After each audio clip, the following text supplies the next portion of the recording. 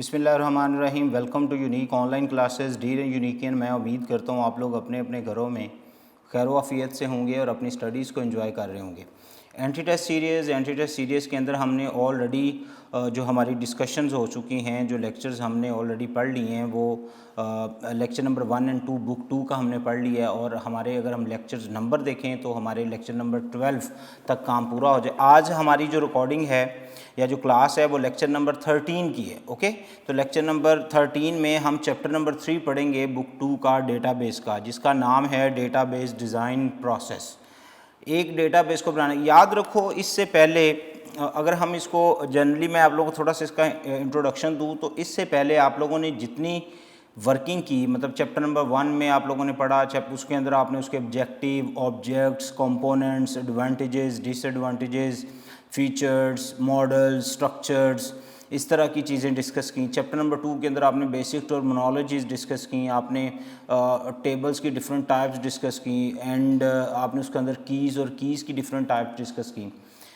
Chapter number 3 is a proper very first steps regarding design process and regarding proper database composing process you can say। ठीक है, database को बनाने, develop करने की तरफ जो पहला लॉजिकल स्टेप बनता है वो डिज़ाइन प्रोसेस ही होता है। ठीक है, किसी भी सॉफ्टवेयर हाउस के अंदर जो डिज़ाइन प्रोसेस है, this is very first logical steps toward composition, completion, developments of any sort of softwares, any kind of database. ठीक है, तो इसलिए इसको हम कहते हैं कि जनाब ये डिज़ाइन प्रोसेस है।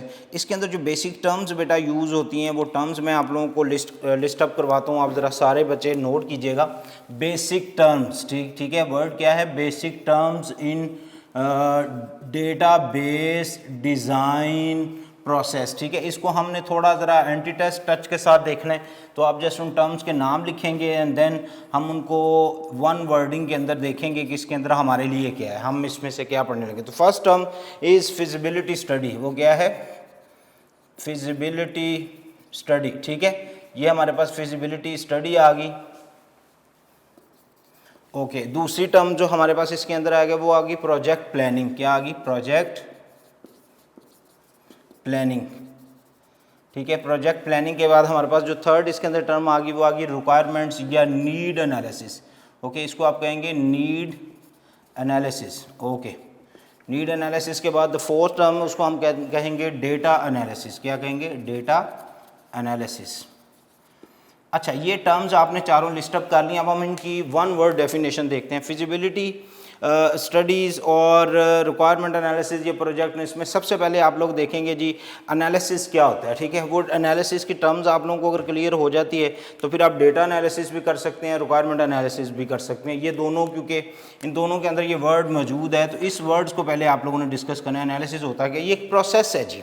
ठीक है, एग्जिस्टिंग सिस्टम्स के बारे में आप लोग कोई इन्फॉर्मेशन, जो भी कोई एक डेटाबेस या कोई एग्जिस्टिंग जो सिस्टम है जिसके ऊपर डेटा रखा जा रहा है, ठीक है, तो आप अब हम इसको वन वर्ड कैसे करें? वन वर्ड ऐसे करेंगे जी, study about existing system is called analysis.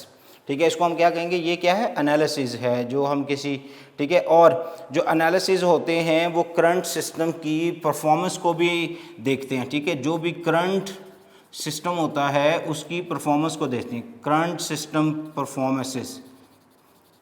Okay, और उसके बाद ये सारा डिटरमाइन भी करते हैं जो न्यू सिस्टम है वो कैसे काम करेगा। New system activity number 1, number 2, number 3, new system activity. ठीक है, ये आप लोगों के पास बेटा 3 टर्म्स आ गई। ये टर्म मैं किसकी पढ़ा रहा हूँ? आपको एनालिसिस की पढ़ा रहा हूँ। अब इसके साथ अगर वर्ड लग जाएगा नीड, तो नीड का मतलब आपको पता ही ना, अदर वर्ड होता है रिक्वायरमेंट्स, तो आप इसके साथ रिक्वायरमेंट्स का वर्ड लगा लें। डेटा मतलब आपको पता है रॉ फैक्ट्स एंड फिगर्स किसी भी चीज़ के मतलब। ठीक है, तो उसका एनालिसिस ये आप लोगों ने ऑलरेडी सिस्टम डेवलपमेंट के अंदर पढ़ी हुई हैं चीज़ें, फिर भी इसको हम फिर भी वन बाय वन देख सकते हैं जी। रिक्वायरमेंट एनालिसिस की अगर हम बात करें या नीड एनालिसिस की, तो उसमें आ गया जी ये रिक्वायरमेंट्स अबाउट प्रोजेक्ट वो चेक करती हैं, और डेटाबेस की फंक्शनैलिटी। हाँ जी, वन वर्ड में आप क्या कहेंगे जी? इसके साथ एक और, ये एक तो रिक्वायरमेंट्स चेक करती हैं, ठीक है। यो रिक्वायरमेंट्स में किसकी रिक्वायरमेंट होती हैं, सिस्टम रिक्वायरमेंट्स या यूज़र रिक्वायरमेंट्स, ये भी आप लोगों को लिखने हैं। जो यूज़र आपसे डेटाबेस से चाह रहा है वो, और आपको सिस्टम उसमें किस तरह का चाहिए, वो सारी चीज़ों यूज़र की जो नीड्स हैं उनको फुलफ़िल करने के लिए, तो वो यूज़र रिक्वायरमेंट्स में आ गई। अच्छा, उसके बाद रिक्वायरमेंट्स के बाद जो दूसरी चीज़ इसके अंदर जो चीज़ हम ऐड करेंगे बेटा, वो है ये फंक्शनैलिटी चेक करती है, एक्सपेक्टेशंस और प्रपोज सिस्टम्स। ठीक है, इसके साथ 3 वर्ड और जो हम इसके अंदर, एक तो इसने फंक्शनैलिटी चेक करनी है कि how actually this system will perform work, functionality आ गई। उसके बाद एक्सपेक्टेशंस जो यूज़र की होती हैं नॉर्मली, और उसके बाद how proposed system will perform task, will perform task. मेरी बात समझ में आ गई आपको? तो ये सारी चीज़ें आ गई रिक्वायरमेंट्स में। उसके बाद हम बात करते हैं डेटा की। चलें, डेटा की बात यहाँ हो जाती है जी। डेटा एनालिसिस क्या है जी, is important aspect of while designing database. ठीक है, इसके अंदर जो डेटा एनालिसिस, इसके अंदर 2-3 चीज़ें डिस्कस होती हैं। सबसे पहले डिसीजन फ्लो डायग्राम्स 1, उसके बाद ये एक बड़ा डेटा एनालिसिस बड़ा इंपॉर्टेंट एस्पेक्ट है, बड़ा इंपॉर्टेंट आप समझ लें कि फ़ेज़ है डेटाबेस डिज़ाइन प्रोसेस का। तो इसके अंदर 3-4 चीज़ें, हम एक डाटा फ्लो डायग्राम हम चेक करते हैं, DFD। ठीक है, ये आ गई, this one is called data flow diagrams. ठीक है, उसके बाद डिसीजन ट्रीज, और उसके बाद decision tables, DECISION, decision tables लिख लें लेट्स सपोज। और तीसरे नंबर पे आप डिस्कस कर लें डिसीजन ट्रीज। ठीक है, तो ये बेटा ये तीनों चीज़ें किस में डिस्कस होती हैं, डेटा एनालिसिस, नीड एनालिसिस, ये सारा का सारा टॉपिक। ठीक है, और ये जो डेटा एनालिसिस है उसकी ये 3 चीज़ें, एक मॉडर्न एस्पेक्ट्स है जिसको हम यूज़ करते हैं डेटाबेस के अंदर। उसके बाद हमारे पास आ गई प्रोजेक्ट प्लानिंग्स या फिजिबिलिटी स्टडी। ये आपको पता है फिजिबिलिटी स्टडी जो है ये बिल्कुल इनिशियल स्टडी होती है, और हम आपको पता है इसको कुछ और भी कहते हैं, क्या भला, इसको हम प्राइमरी इन्वेस्टिगेशन भी कहते हैं। क्या कहते हैं, प्राइमरी इन्वेस्टिगेशन या प्रीलिमिनरी इन्वेस्टिगेशन भी कहते हैं, या बेसिक इन्वेस्टिगेशन भी कहते हैं। ये सारे इसी के ही नाम है। ओके, ये तो इसका दूसरा नाम हो गया। करती क्या है जी, ये इन्वेस्टिगेट करती है required database system, proposed system is affordable, possible और एक्सेप्टेबल। इसके साथ इसने और साथ क्या क्या चेक करना है, ये तो एक चीज़ होगी। This one is a 1 point. Second point, feasibility check करती है कि जो है रिक्वायर्ड सिस्टम है क्या वो अफोर्डेबल है। ठीक है, वो काम हम उस पर इन्वेस्ट कर सकते हैं। उसके बाद अफोर्डेबिलिटी के साथ ये उसकी पॉसिबिलिटी, क्या वो सिस्टम पॉसिबल भी है। आपको कोई बंदा कहते हैं डेटाबेस बनाएं जो चांद और जो तारे टूटते हैं उनका रिकॉर्ड रखे, तो ये पॉसिबल है। ठीक है, तो आपने पॉसिबिलिटी भी चेक करनी है। उसके बाद आपने एक्सेप्टेबिलिटी भी चेक करनी है। ठीक है, ये एक्सेप्टेबल है इन वर्किंग रिक्वायरमेंट्स, लोग रियली लाइक दिस, ये दूसरा पॉइंट। तीसरा पॉइंट ये क्या है जी, इसमें हम आइडेंटिफाई करते हैं एरिया जहाँ पे इसने चलना है। तो आप इसको इस तरह लिख लें मेरे ख्याल में, इम्प्लीमेंटेशन ऑफ डेटाबेस। ठीक है, इम्प्लीमेंटेशन ऑफ डेटाबेस, वो हम इसके अंदर चेक करते हैं। उसके बाद नंबर 4 देखें जी, और को हमारे लिए इसके अंदर और कोई चीज़ इसमें हम डिस्कस कर सकें। ठीक है, और ये proper market analysis also conduct in these activity. ठीक है, आप मार्केट के अंदर क्या चल रहा है, जो डेटाबेस आप बनाने लगे हैं उसके ऑल्टरनेट क्या चीज़ें मार्केट के अंदर मौजूद हैं, क्या आपको वाकई किसी नई डेटाबेस की ज़रूरत है या एग्जिस्टिंग डेटाबेस को भी आप लोग मॉडिफाई कर सकते हैं। तो मार्केट एनालिसिस भी, ठीक है, एनालिसिस टर्म मैंने आपको शुरू में पढ़ा दी कि हम चेक करते हैं किसी एग्जिस्टिंग सिस्टम के बारे में, स्टडी करते हैं, चेक करते हैं करंट सिस्टम कैसे परफॉर्म कर रहा है और नया सिस्टम कैसे आ सकता है। तो मार्केट एनालिसिस अबाउट डेटाबेस, ठीक है, डेटाबेस के मतलब मार्केट एनालिसिस भी करते हैं। These are the 4 points which we discuss in feasibility study. अच्छा, उसके बाद बच्चों हमारे पास जो पॉइंट आ गया वो आ गया जी प्रोजेक्ट प्लानिंग। इसको आपको पता है हम बेसिक प्लानिंग पे कहते हैं। विच पर्सन या विच एम्प्लॉय, कौन सा टास्क जो एम्प्लॉय है वो परफॉर्म करेगा, ये हमने डिस्कस करना होता है। दूसरा, हाउ वी डेवलप, ठीक है, अ सिस्टम, हम एक सिस्टम कैसे बनाएंगे, ये सारी बातें हम लोगों ने डिस्कस करनी होती हैं। तीसरा, इसके अंदर टाइमिंग्स वगैरह और परफॉर्मेंस वगैरह, और रिलेशनशिप वगैरह, ये सारी चीज़ें हम इसी के अंदर ही डिस्कस करते हैं। These are the 4 points which involve in database design process. मुझे बताइए ये स्टोरी क्लियर है, नोट कीजिए जल्दी से। उसके बाद हम देखेंगे जी डेटाबेस की मॉडलिंग्स, ठीक है, डेटाबेस मॉडलिंग होती क्या है जी, वो डिस्कस करते हैं। ओके, आप इसको नोट करते जाएं, साथ साथ मैं रिमूव करता हूँ। ये की पॉइंट्स हैं, आपने इनको ज़रा नोट करते जाना है, यहीं से कोई ना कोई चीज़ MCQs में आ जाती है और आपको पता होना चाहिए कि जनाब ये किसका किसके साथ लिंक है। ये इस तरह आपको ट्रैक्स इसके बना के पढ़ाने का मतलब यही होता है कि आप इन चीज़ों को समझ सकें, वरना बुक की रीडिंग करके ट्रांसलेशन करना इज़ क्वाइट ईजी, उसमें कोई इशू नहीं है, लेकिन हमने इसके लेफ़्ट राइट भी देखने होते हैं, ठीक है। यही एंट्री टेस्ट है, मुश्किल नहीं है, चीज़ें वही होंगी, लेकिन लेफ़्ट राइट नहीं देखते, इसीलिए हम उसको अपने रिक्वायर्ड मार्क्स अचीव नहीं कर पाते। आगे चलते हैं जी। डेटा मॉडलिंग क्या है जी? अब डेटा मॉडलिंग इसको हम वन वर्ड टेक्निक के साथ ही देखेंगे जी। डेटा मॉडलिंग, देखें ये वर्ड जहाँ पे भी आएगा इसका मतलब is a sort of representation. लिख लिया आपने? नहीं लिखा तो लिखिए। मॉडलिंग का मतलब सॉर्ट ऑफ या कह लें टाइप ऑफ रिप्रेजेंटेशन ही होगी, ठीक है। वो डेटा मॉडलिंग हो सकती है, वो क्लॉथ मॉडलिंग हो सकती है, वो एक्ट्रेस मॉडलिंग हो सकती है, सॉर्ट ऑफ रिप्रेजेंटेशंस। तो डेटा मॉडलिंग की बात आएगी तो exactly how actually data is entered in database, how data and their attributes are interlinked to each others, how we represent the data relationships is called data modeling। बात में आ गई? तो ये टर्म्स हैं, टर्म ही असल में डिफाइन कर देती है कि काम है क्या। हम बस कंफ्यूज हो जाते हैं क्योंकि हमें पहले वर्ड का ही नहीं पता मॉडलिंग का मतलब क्या है। तो मॉडलिंग की डेफिनेशन प्रॉपर भी लिखिए। The approach, method, skill, way, technique, methodology, whatever you can say. Approach to identifying data objects. अब देखें ना इसके अंदर जो की पॉइंट आया सबसे पहले, identification about data objects. Data objects के बारे में बात करना, उनकी आइडेंटिफिकेशन करना। ओके ठीक है सर, समझ आ गया, आगे चलते हैं। रिलेशनशिप बिटवीन देम, अच्छा जी। दूसरी बात रिलेशनशिप, ये मैंने अभी जो बताया था आपको, रिलेशनशिप बिटवीन देम, ठीक है, उनके दरम्यान में जो रिलेशनशिप है, ये आइडेंटिफिकेशन करना और उनके रिलेशनशिप, और इसको हम रिप्रेजेंट कर दें किसी प्रॉपर वे में, इसकी रिप्रेजेंटेशन को, बेटा यही तो डेटा मॉडलिंग है। स्टोरी क्लियर है? तो डेटा मॉडलिंग के फिर आपको पता है जी कुछ क्या है, कुछ ऑब्जेक्ट्स भी हैं, ठीक है, कुछ इंग्रेडिएंट्स भी हैं, इंग्रेडिएंट्स भी हैं, इंग्रेडिएंट्स ऑफ डेटा मॉडलिंग, ठीक है। आपको कोई डेटा मॉडलिंग करनी है, लेट्स सपोज चलें डेटा मॉडलिंग करते हैं जी, आपको समझाते हैं एक एग्जांपल। लो जी, स्टूडेंट, तो भाई ये एक एंटिटी है, ये क्या है? एक एंटिटी। एंटिटी की डेफिनेशन याद करें, पिछले लेक्चर में भी पढ़ाई थी आपको। क्या? Anything which have real existence, हर वो चीज़ जिसका वजूद है इज कॉल्ड एंटिटी। ये मार्कर एक एंटिटी है। भाई आप स्टूडेंट हैं, आप एक एंटिटी, आपका वजूद है, you have real existence and we can talk about lot of stuff.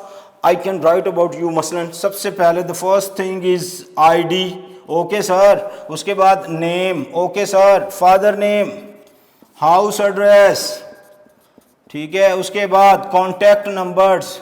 तो भाई आप हो गए एंटिटी और ये आपके हो गए एट्रीब्यूट्स, और यहाँ जनाब हम आपके बारे में इंफॉर्मेशन लिखते जाएंगे, तो इनको हम कहेंगे ये एट्रीब्यूट्स हैं। तो भाई यही अब फिर एट्रीब्यूट्स के रिलेशनशिप्स, फिर कार्डिनैलिटी, ठीक है, किस तरह के रिलेशनशिप हो सकते हैं, फिर मोडेलिटी, हम उसकी नेचर्स को डिस्कस करते हैं। उसके बाद जनाब इसी को जब हम किसी ग्राफिकल रिप्रेजेंटेशन के अंदर ले जाएंगे, तो वो याद करें डेटा एनालिसिस के अंदर आप लोगों को DFD पढ़ाई, डेटा फ्लो डायग्राम्स। तो ये जो डेटा फ्लो डायग्राम्स और ये चीज़ें हैं, ये असल में क्या है, ये आपकी डेटा की रिप्रेजेंटेशन के लिए तो यूज़ होती हैं, ठीक है। मैंने आपको भी क्या रिप्रेजेंट किया, मैंने एक एंटिटी की चीज़ें रिप्रेजेंट कर दी, this is called data modelling, simple. तो डेटा मॉडलिंग के इंग्रेडिएंट्स हैं, लिस्ट अप करें ज़रा, कितने हैं?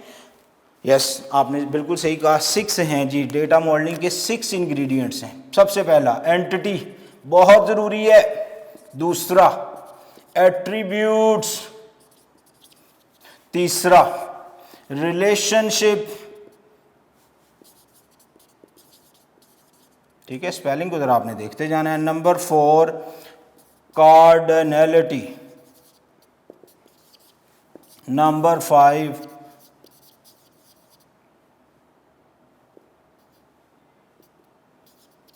मॉडलिटी। नंबर 6 ERD या ER डायग्राम्स, एक ही बात है। Okay, these are the 6 ingredients of data modelling. Story clear है? अब हम इनको वन बाय वन देख लें जल्दी से। सबसे पहले एंटिटी। एंटिटी आपको पता है जी, एनीथिंग, कोई भी चीज़ विच हैव एग्जिस्टेंस। अच्छा, उसके बाद एट्रीब्यूट्स, नंबर ऑफ फील्ड्स, ठीक है, जिसकी शॉर्ट फॉर्म जैसे स्टूडेंट आईडी, आप इसको शॉर्ट फॉर्म में भी लिख सकते हैं। लो जी लिख देता हूँ STD-ID, ठीक है। एम्प्लॉय आईडी, तो आप शॉर्ट फॉर्म में भी लिख देते हैं EMP-ID। बात में आ रही है? तो this is called actually data modelling के इंग्रेडिएंट्स। ओके, एंटिटी के बारे में जल्दी से की पॉइंट्स लिखें जी। Entity is anything, place, a person, ठीक है। अब मैं ज़्यादा नहीं लिखता, आपको वैसे नोट करवाता हूँ, लिख लें। जिसको हम यूनिकली आइडेंटिफाई कर सकते हैं। और एक और MCQs, any entity can have one और मोर देन वन एट्रीब्यूट्स।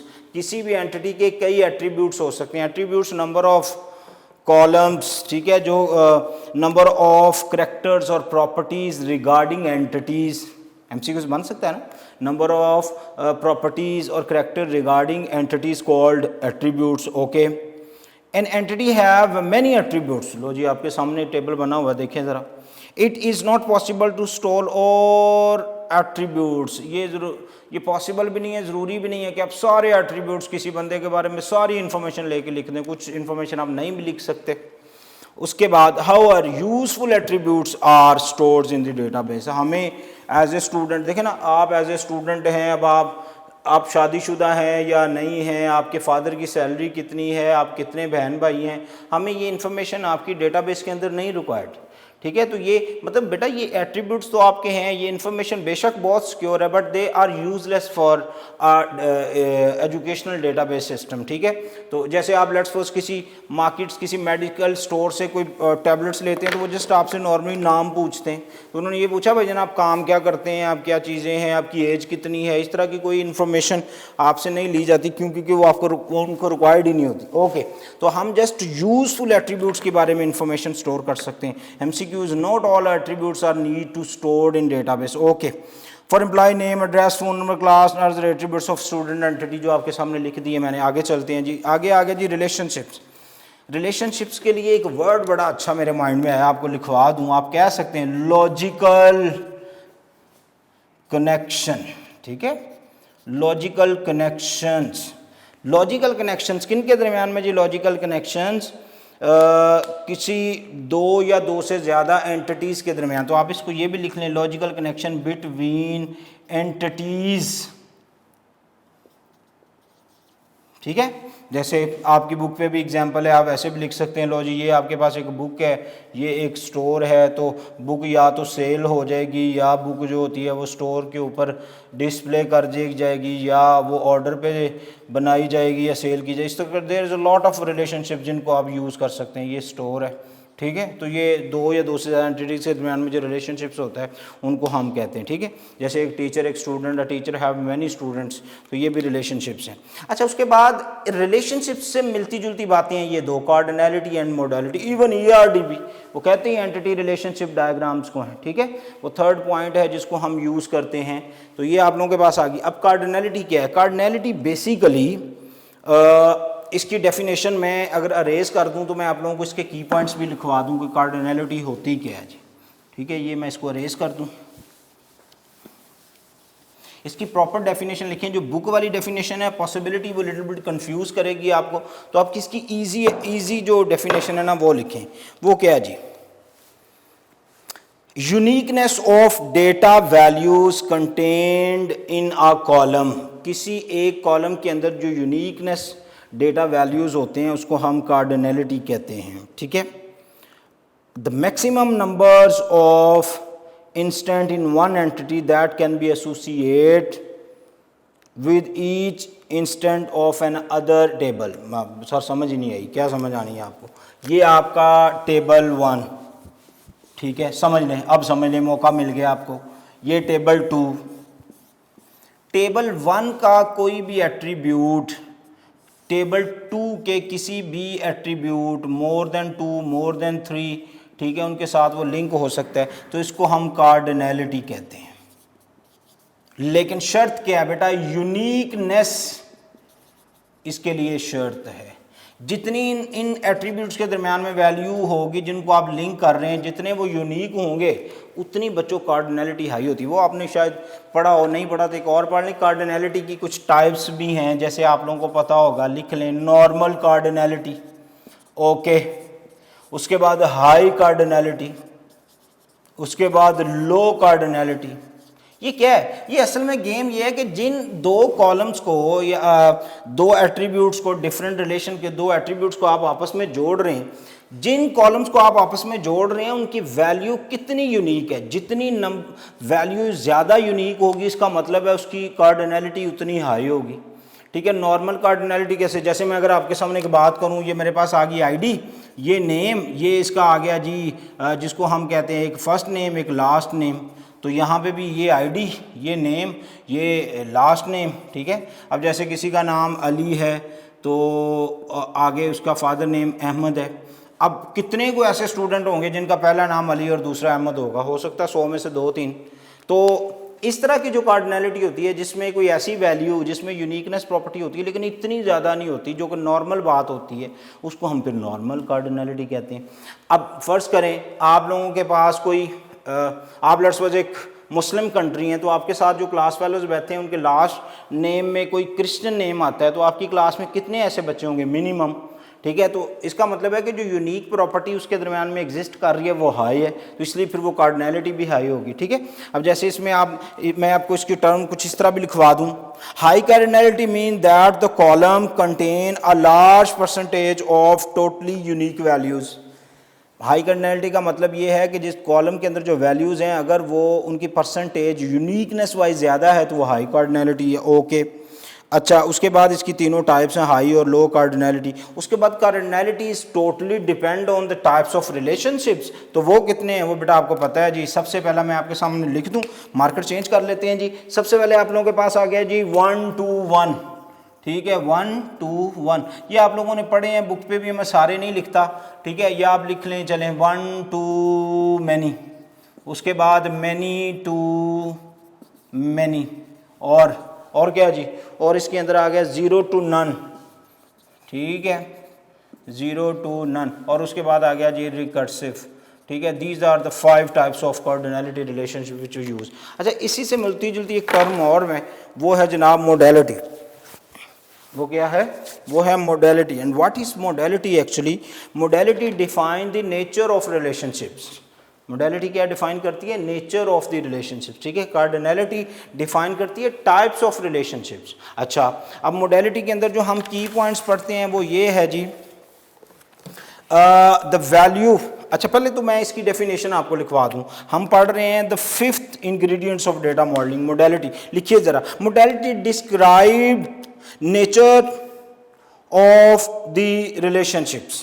जो मोडेलिटी है वो डिस्क्राइब करती है, वो डिफाइन करती है नेचर ऑफ द रिलेशनशिप, पहला पॉइंट। दूसरा point, it tell whether participation of an entity in a relationship is mandatory और ऑप्शनल।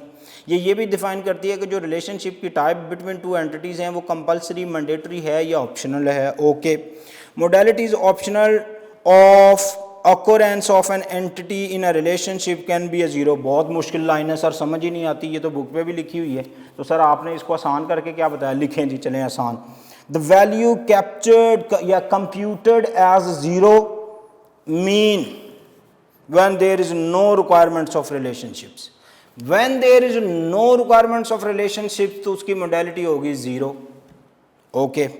और when there is a requirements of relationship then उसकी वैल्यू होगी 1, ठीक है। तो modality is mandatory if occurrence of an entity in a relationship at least one, ठीक है। जब सिर्फ एक ही टाइप ऑफ रिलेशनशिप रह जाए तो वो फिर हर हाल में मैंडेटरी ही होगी।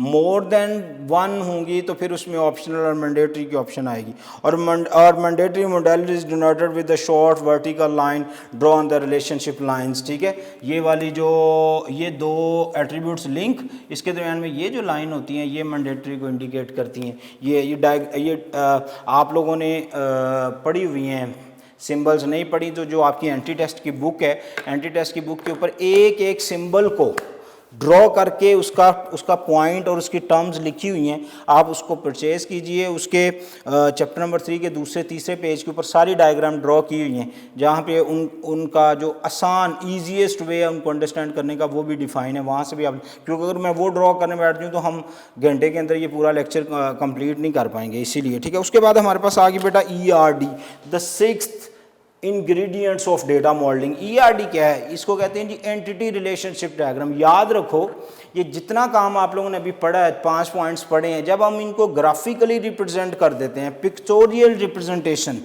ठीक है, डेटा मॉडलिंग को जब हम किसी ड्रॉ करके किसी इमेज या ग्राफिक्स की शक्ल में ड्रॉ करते हैं या बनाते हैं तो उसको हम कहते हैं ये ERD है। And ERD diagram is graphical representation of entities and their relationships. Definition समझ आ गई? In a database diagram use different symbols, वो डिफरेंट सिंबल यूज़ करती हैं, जैसे बॉक्स एंट्री के लिए वो जो ओवल सिंबल है वो एट्रीब्यूट्स के लिए, और डायमंड सिंबल रिलेशनशिप्स के लिए। इस तरह आप इनको यूज़ करके डिफरेंट किस्म की जो होती हैं ERD डायग्राम्स वो बना सकते हैं, ठीक है। उसके बाद हमारे पास जो टॉपिक है वो आ गया जनाब डेटाबेस डिज़ाइन प्रोसेस। क्या आ गया? Database design process. तो डेटाबेस डिज़ाइन प्रोसेस के अंदर, ठीक है, तो जो अब हमारा अगला टॉपिक है वो है डेटाबेस डिज़ाइन प्रोसेस, ठीक है। आप लोगों ने इससे पहले उसकी प्रीलिमिनरी चीज़ें वगैरह देख ली, मॉडलिंग देख ली, तो ये आ गया डेटाबेस डिज़ाइन प्रोसेस, ठीक है। अब इस प्रोसेस में आप लोगों को पता है, पहले तो सबसे पहले तो इस डिज़ाइन प्रोसेस के पॉइंट्स लिखें। पहला point, design is consist of series of steps. ये क्या होता है? सीरीज, यानी कि ये कोई एक स्टेप नहीं है, सीरीज ऑफ स्टेप्स हैं। अब वो कौन कौन से हैं वो भी हम वन बाय वन देखेंगे। दूसरा पॉइंट इससे मिलता जुलता वो क्या है जी? डेटाबेस को बनाने के लिए मल्टीपल लोग चाहिए होते हैं इसके अंदर, मतलब जो डेटाबेस के डेवलपर्स होते हैं वो चाहिए। उसके बाद एडमिनिस्ट्रेटर्स चाहिए। उसके बाद एंड यूज़र्स चाहिए।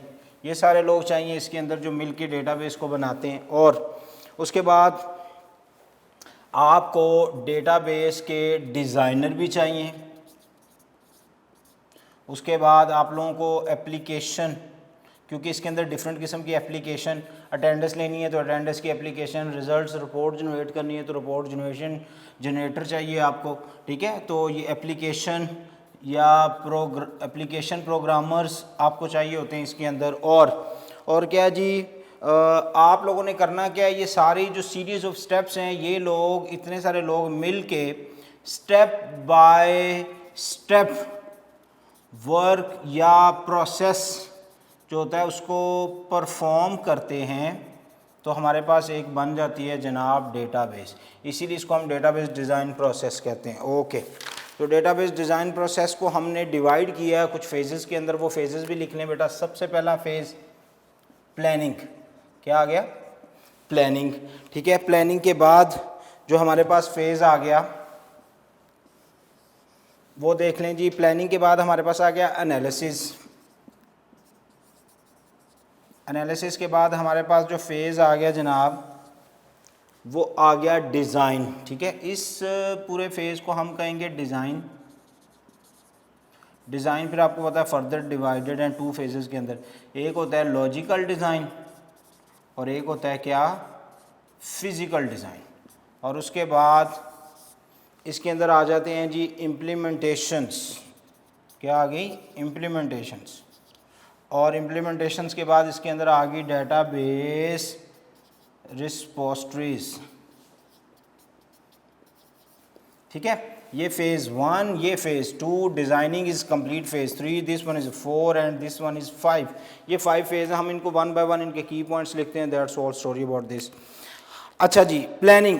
ये फेज़ है जिसमें आइडेंटिफाई करते हैं source need to develop the system and also time limitation and completion of system, time limitation, resources to completion and cost वगैरह, ये ऑल चीज़ें डिस्कस होती हैं प्लानिंग के अंदर, पहला पॉइंट। दूसरा एनालिसिस, जिसके अंदर हम डिस्कस करते हैं current system, existing system, new system and how to implement and studies of various operations performed by the database, ठीक है, वो सारे के सारे डिस्कस करते हैं। उसके बाद हमारे पास आ गया design. Design is further divided into 2 step, logical design, physical, ये कंसेप्चुअल होता है, ये प्रॉपर इम्प्लीमेंटेशन से पहला डिज़ाइन होता है, ओके।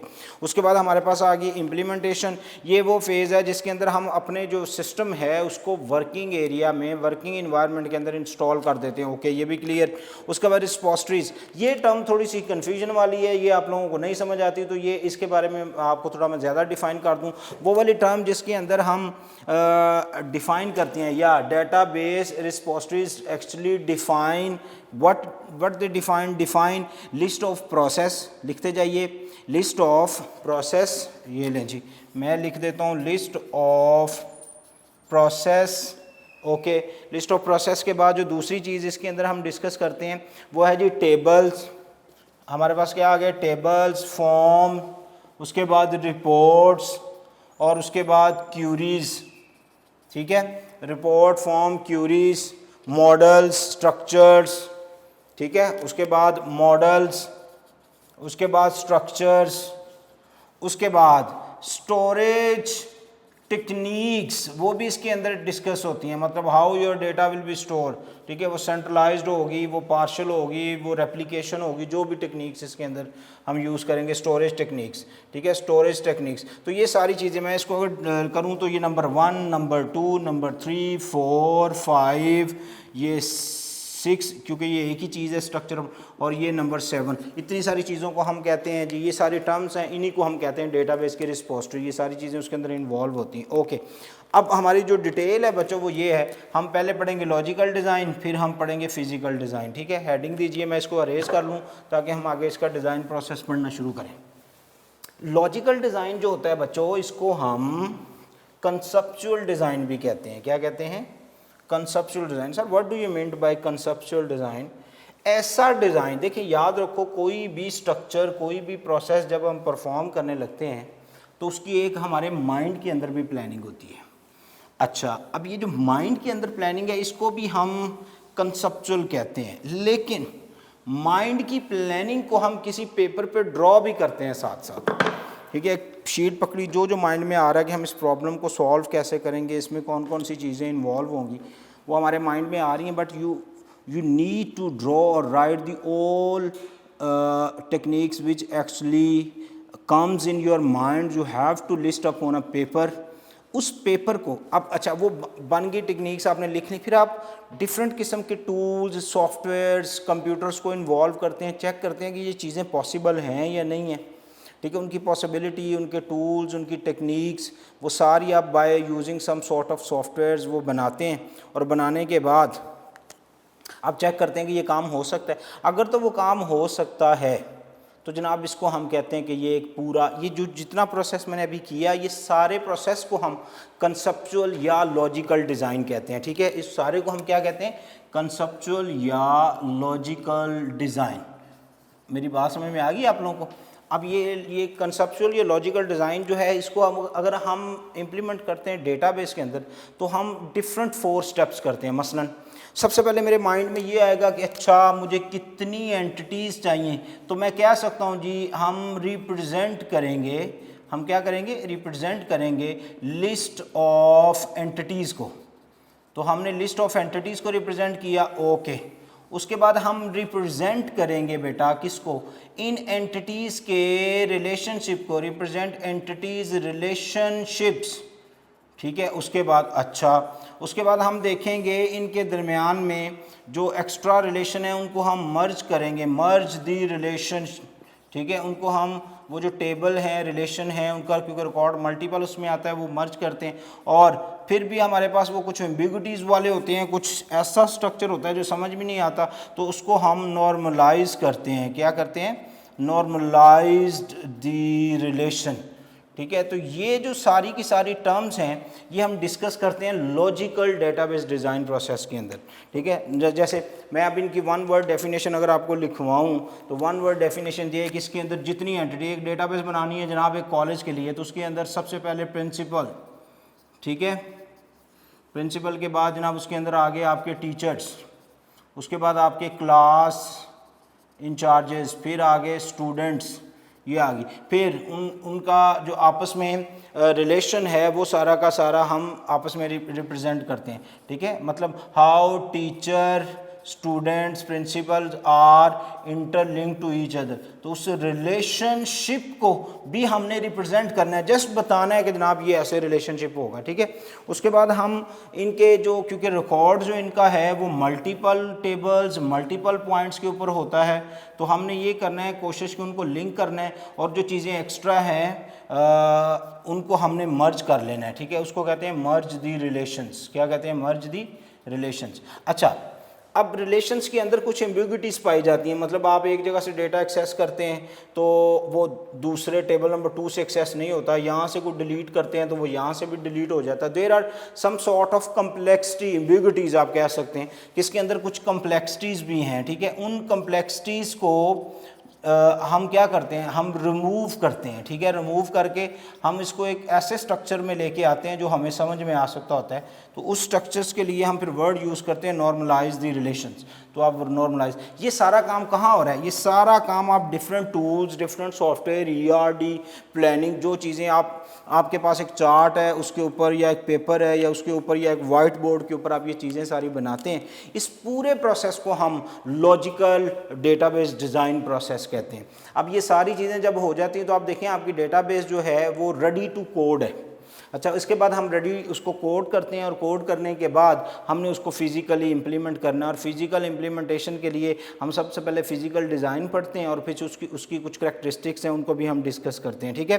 तो हमारे पास जो आ गया, अब लॉजिकल की अब डेफिनेशन भी लिख ली है, की पॉइंट्स भी लिख लिए, वो क्या है? Incomplete descriptions of data and definition of data to be stored in the database, and also discuss the structure of data, types of data, rules to implement in the database is called, ठीक है। structure of data, types of entity, types of relationship, merge the relationship, normalize the relationship, कितनी सारी बातें ये सारी discuss होती हैं logical design process के अंदर, हो गई। इसके बाद आप फिर चले जाते हैं जनाब फिजिकल डेटाबेस डिज़ाइन के ऊपर, और फिजिकल की आप हेडिंग दीजिए सारे बच्चे ज़रा, फिजिकल डेटाबेस डिज़ाइन प्रोसेस। ये मेरे पास आ गया जी फिजिकल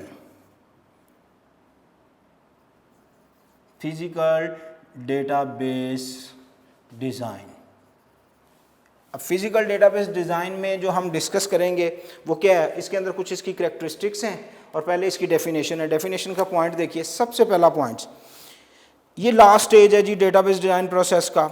इसका काम क्या होता है जी, जो डिज़ाइन आपने बनाया, लॉजिकली जो डिज़ाइन बनाया उसको इम्प्लीमेंट करना वर्किंग एनवायरनमेंट के अंदर, और साथ साथ इसने डिस्कस करने होते हैं कुछ रिकॉर्ड्स स्टोर कैसे होंगे, फिज़िकली वो कैसे स्टोर होंगे। उसके बाद इंडेक्सेस, इसके अंदर हम डिस्कस करते हैं फाइल ऑर्गेनाइजेशन क्या होगी, उसके बाद स्टोरेज, मीडिया किस तरह का होगा, ये सारी चीज़ें हम डिस्कस करते हैं फिजिकल डेटाबेस डिज़ाइन प्रोसेस के अंदर, ठीक है। एंड अदर डेटा स्ट्रक्चर्स भी, जो भी इसके अंदर डेटा कैसे स्टोर होना है वो सारी चीज़ें वो भी इसके अंदर ही डिस्कस। ये असल में सारा डायरेक्टली फिज़िकल है, मतलब आप जब इसको वर्किंग एनवायरनमेंट में लॉन्च कर रहे होते हैं तो वहाँ ये डिज़ाइन प्रोसेस इंप्लीमेंट होता है, ओके। और इसके लिए आपको कुछ जो फेजेस हैं वो परफॉर्म करने पड़ते हैं। सबसे पहला फेज़ लिखिए ज़रा, physical characteristics of storage devices. जो आप हार्ड डिस्क लगा रहे हैं, कोई बड़ी हार्ड डिस्क लगा रहे हैं, उसके फिजिकल स्ट्रक्चर्स क्या हैं, वो कितनी जीबीज़ की है, कितने उसके जो राउंड्स हैं वो कितने हैं, कितनी उसकी स्पीड है, वो कितना डाटा होल्ड कर सकती है, उस पर कोई बैड सेक्टर तो नहीं है, इस तरह की सारी चीज़ें आपने डिस्कस करनी है।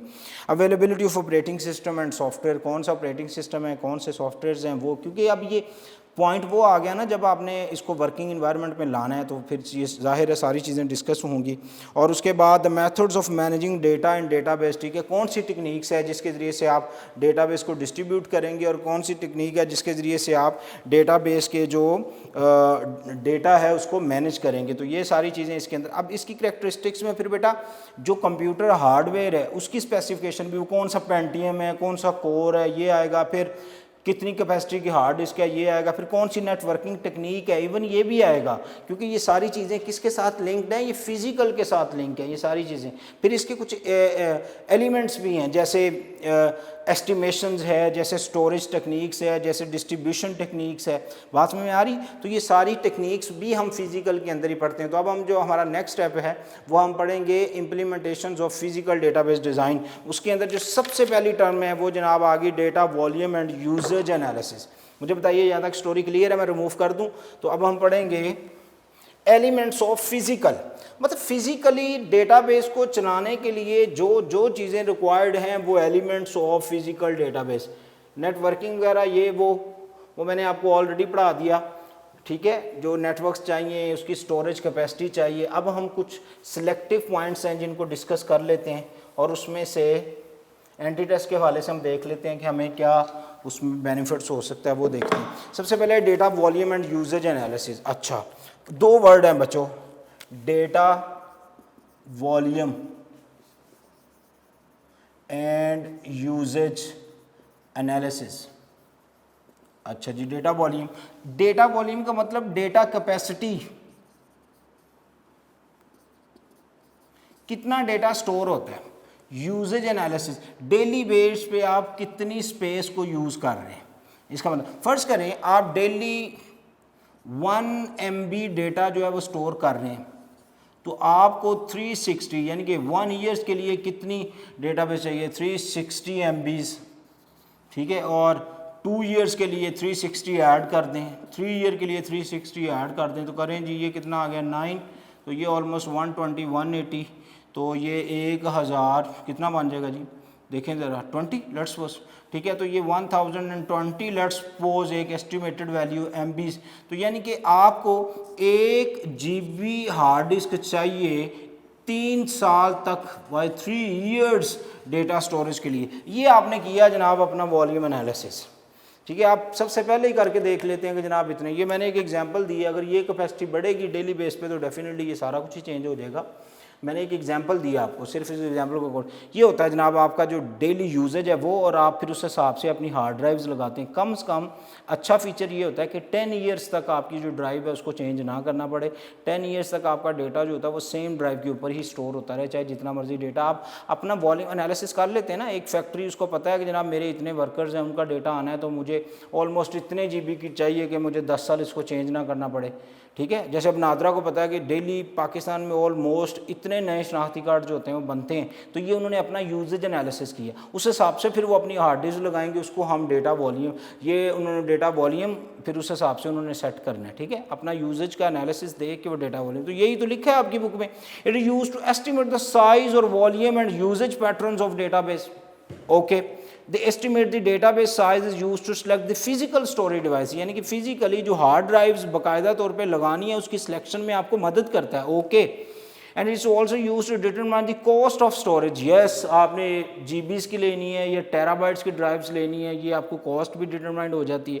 And the estimate the usage patterns are used to select the organisation and access method.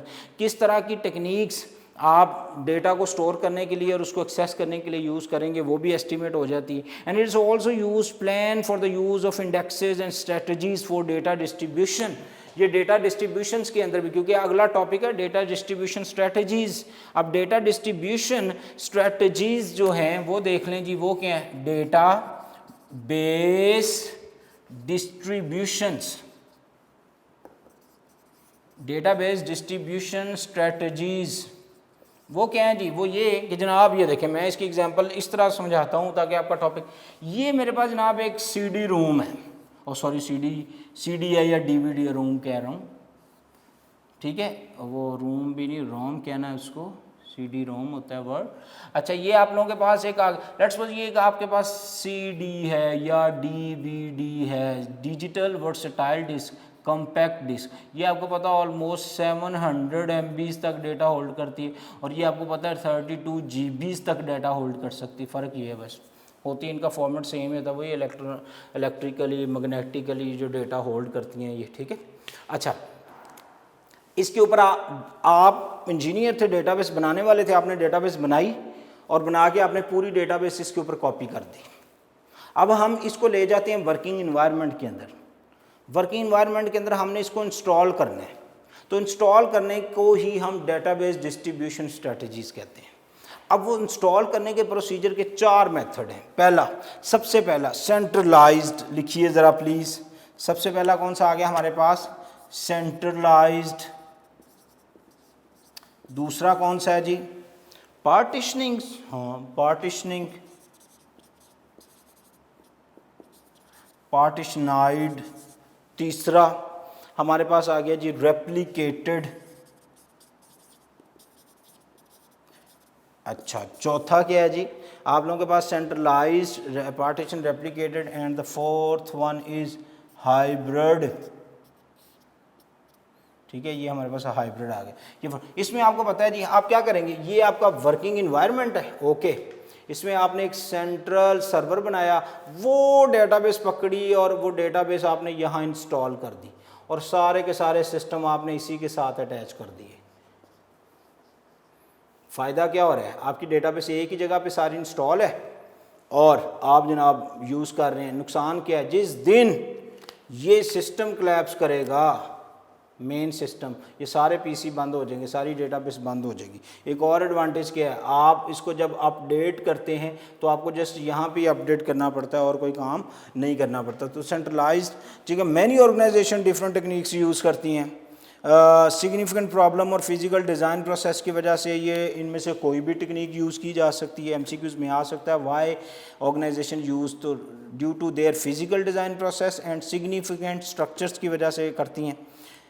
The problem is that they have to decide and select nodes or sites in network at which data will be located physically। इसके अंदर मसला ये है कि आपको साथ ये भी चेक करना पड़ता है कि आपने जब नेटवर्किंग बनानी है, असल में तो ये सारी गेम फिर नेटवर्किंग पे आ जाती है ना, तो नेटवर्किंग बनानी तो आपने ये भी देखना है सर्वर कौन है, क्लाइंट्स कौन है, पीयर टू पीयर है, मॉडल कौन सा है, टोपोलॉजीज कौन सी, ये सारी बातें आप इसके अंदर यूज़ करेंगे, क्योंकि देन आप इसमें से कोई एक टेक्निक सेलेक्ट कर सकते हैं आप कौन सी लगानी। Okay, the basic database instructions are follow centralized in this strategy all data located single site, वो मिड वाले पॉइंट के ऊपर सारा का सारा डेटा होल्ड होगा। ओके, उसके बाद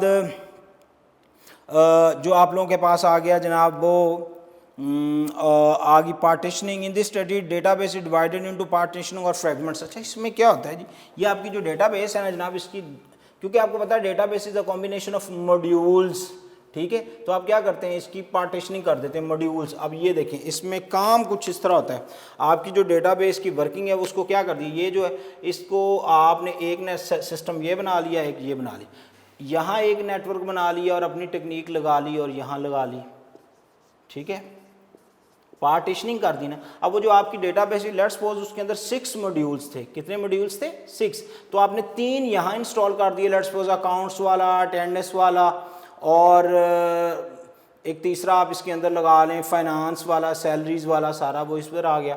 उसके बाद ये आपके पेपर्स वाला और पेपर्स के बाद एग्ज़ाम्स वाला और पीटीएम वाला, वो सारे मॉड्यूल्स इधर आ गए जो इस तरह की चीज़ों को हैंडल कर रहे हैं।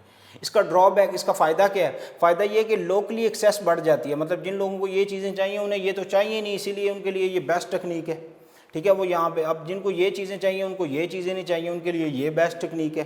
फ़ायदा क्या है, स्पीडी हो जाता है काम, लोकल क्योंकि सिस्टम बन जाते हैं। नुकसान क्या है, जब आप इसको अपडेट करते हैं तो आपको ये भी अपडेट करनी पड़ती है साथ साथ, ठीक है। तो ये सारी चीज़ें आ गई इसके अंदर। उसके बाद आप लोगों के पास आ गई जी रेप्लिकेशन। बेटा रेप्लिकेशन में क्या होता है, आप इसी की एक और कॉपी बना लें, मतलब एक कंप्लीट 6 मॉड्यूल्स आपने यहाँ लगा दिए इनको और फिर एक 6 मॉड्यूल्स आपने यहाँ लगा दी। अब फ़ायदा क्या हुआ, फ़ायदा ये कि पहले ये 3 मॉड्यूल्स थे दोनों के पास, अब 6 पूरे हो गए दोनों के पास। लेकिन नुकसान क्या है, जब आप इसको अपडेट करेंगे आपको इसको भी अपडेट करना पड़ेगा।